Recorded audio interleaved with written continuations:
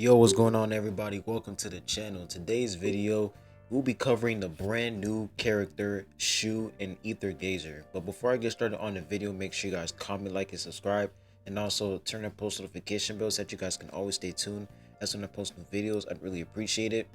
And also, I created a Discord server, so if you guys have any questions, I created the Discord server and I put the link in the channel description so you guys can join. And I will also post the server link in the comment section down below. But anyways, let's not waste any time. Let's get right into the video. So, Shu, she's the brand new S grade modifier that's going to come in like a couple days. Now, I feel like for this character, I haven't read her kit yet, but I've seen a lot of people saying that this character is not that good. And here's the reason why. Let's go ahead and read her kit. So for her skill 1, Shifting Winds, Flow Fly Miss, Shu can switch between an attack stance and a defensive stance by casting Shifting Winds. Attacks deal thunder damage.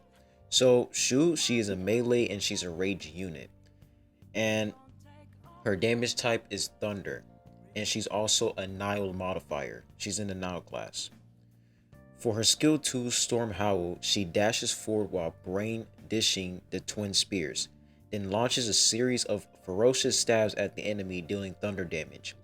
Hitting an enemy while in attack stance triggers a follow-up attack, dealing thunder damage and grants 1 lightning rod mark upon hit. The follow-up attack will stop if Mod switches to defensive stance. For her skill 3, Whirlwind Whisk, imbues the twin spears with the divine power of lightning and brandishes them in a wide area. The spears then turn into dozens of phantoms that attack the enemy from above, dealing thunder damage. Hitting an enemy while in attack stance triggers a follow-up attack, dealing thunder damage, and grants 1 lightning rod mark upon hit. The follow-up attack will stop if Mod switches to defensive stance. And for her ultimate skill, Stormbreak, she deals thunder damage to enemies and increases the combat resources charge speed of all members of the team, increases crit damage each time combat resources are obtained, removes the crit damage boost when the combat resources charge speed boost expires, gains a certain amount of ultimate skill charge when a mod or a teammate expends combat resources successfully.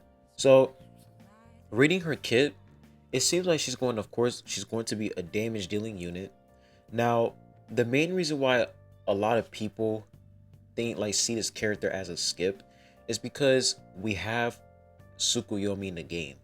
Now, Tsukuyomi is also a thunder damage dealer, and the reason why I feel like Shu is a skip, in my opinion, like if you want to summon for Shu, that's fine, but I feel like in my opinion you should save up for like a better character. But at the end of the day, Ether Gazer is pretty easy, but the hard story mode, I'm not gonna lie, in this update the hard story mode was actually kind of difficult. Like getting rid of the enemies was actually kind of hard.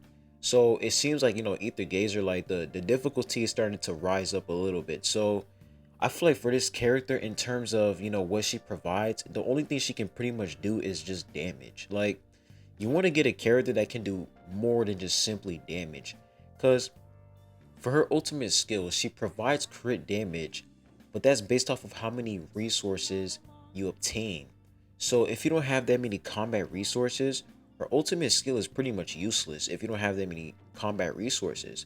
And not only that, she will also remove the crit damage boost if your combat resources charge speed boost expires. So basically, like, there's a chance of your crit damage boost to not even work because they're like, you basically expired the charge speed. So comparing her to other characters like Tsukuyomi, Hades, um, you know, uh, Wave Render, those characters are way better in terms of damage. Like especially Tsukuyomi, because Tsukuyomi is a thunder damage character, and Tsukuyomi, when you do her full combo, she does so much damage. Now I don't want to compare these two characters because they're not the same, but considering the fact that Shu is a Nile unit and Tsukuyomi is a Shibisu unit, though, like I feel like for Shibisu has more, they do more damage. Like the Shibisu class do more damage, and the Nile class, they're more of like a tanky type class because Osiris, when Osiris transforms into her ultimate form, she literally doesn't take any damage because her ultimate form is like a separate form, and her HP goes down, and when her HP reaches 0, she goes back to her original form. So I feel like for Nio, it's mostly like a tank type class, and I feel like her damage won't be that good considering the fact that she's in a Nile class. Now, I'm gonna have to test her like in the game to see how good she is, because I feel like for this character, she like her kit, basically her kit is based off of lightning rod marks. Like whenever you land a lightning rod mark on an enemy, she's going to launch a follow-up attack. But the follow-up attack is going to stop if she switches to defensive stance. So she basically has two stances. She has attack stance and a defensive stance. So when you switch to her defensive stance, she will basically cancel out her follow-up attack when she switches to her defensive stance. So I feel like the reason why this character is not that high in the tier list, in my opinion, is because I feel like her there's too much risk factors in her kit. Her ultimate skill, if you run out of your combat resources charge speed, she's going to cancel out the crit damage boost. And if for her skill 2, if you switch it to your defensive stance, she's going to cancel the follow-up attack. So I feel like there's a lot of risk factors to her kit, and not only her skill 2, her skill 3, if she does a follow-up attack and if she switches to her defensive stance, she will also cancel a follow-up attack in her skill 3. So it seems like switching to her defensive stance is just going to cancel out everything in her kit. So I'm going to have to test this character first to, to see more. But reading her kit so far, it seems like there's a lot of risk factors in her kit, and there's going to be a lot of sacrifices you have to make in order for her to even work. And I've seen a lot of people saying that in order for her to really work, you need to get her Functor. And that kind of sucks because, getting the character and also getting the Functor is not easy. So I feel like for this character, you have to invest a lot into Shu in order to make her good. I feel like she's a good unit if you invest a lot into her. Like every character in the game, like if you invest your time and effort, if you invest into the character by building them, you're taking your time, you're getting their Functor, like you're literally investing all your time into every single character. I feel like you can make every character in Aethergazer good. It's just that the question is that how long does it take to make that character good? See what I'm saying? Because resources are unlimited, so you're gonna have to spend your resources wisely for the right character. So I feel like Shu, she's that type of unit where you basically want to summon for her depending on what state your account is in. Like if you're in a state where you can literally beat anything in Aethergazer, you can literally beat every single content in the game. If you're in that stage, then I don't see an issue for you. Like I don't see a problem where you can summon for it, because you could literally beat everything in the game. So I don't know, you could just get Shu if you want to enjoy a brand new character, you want to try something new, I guess.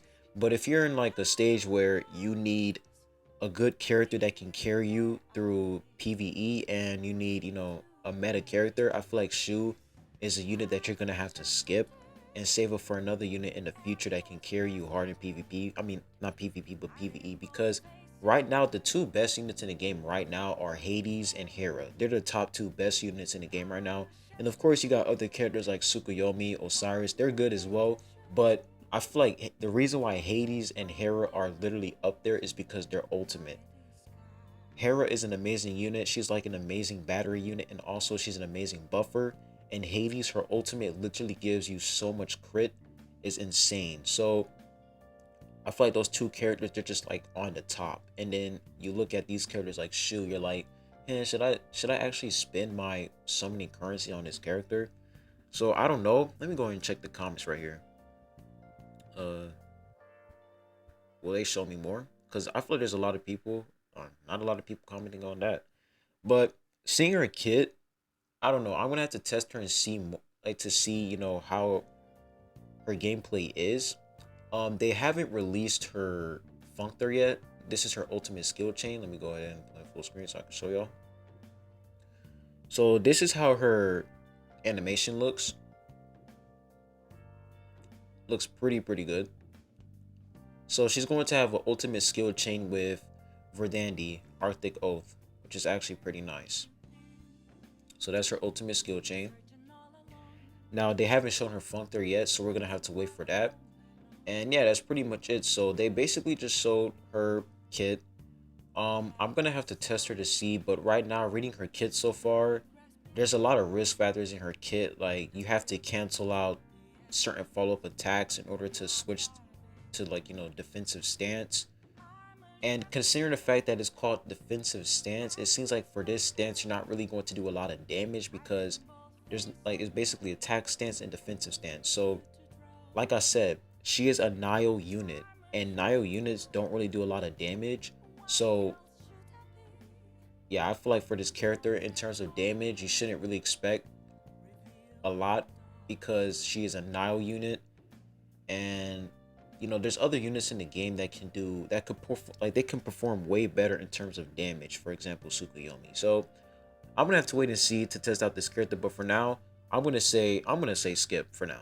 For now, skip. I'm definitely not gonna summon for this character. I'm gonna skip her. I still haven't got Hades, unfortunately. Now I might save up to get another unit in the future. You guys will know, but right now I'm just gonna save up my shifted stars for like another busted unit. But yeah, I'm gonna skip Shu, because I feel like her kit is just there's just a lot of risk factors in it, and in order for me to beat a lot of content in this game, I'm gonna have to really focus on getting characters that can carry me long term. Now, if you want to summon for Shu, in terms of you want to just have fun, by all means go ahead. At the end of the day, it's all like the game is all about having fun. You don't want to just limit yourself because, oh, the meta. The meta, at the end of the day, the meta is for people who basically they care about account progression. But if you really just want to have fun, by all means, summon for Shu, and I wish you guys luck. But anyways, I'll be leaving the video at that. Make sure you guys comment, like, and subscribe, and put your thoughts down below what you guys think. Will you guys be summoning for Shu? I want to see you guys' opinions. But anyways, I'll be catching you guys on the next one. I hope you guys stay safe, stay hydrated, and I'll be seeing you guys soon. Peace.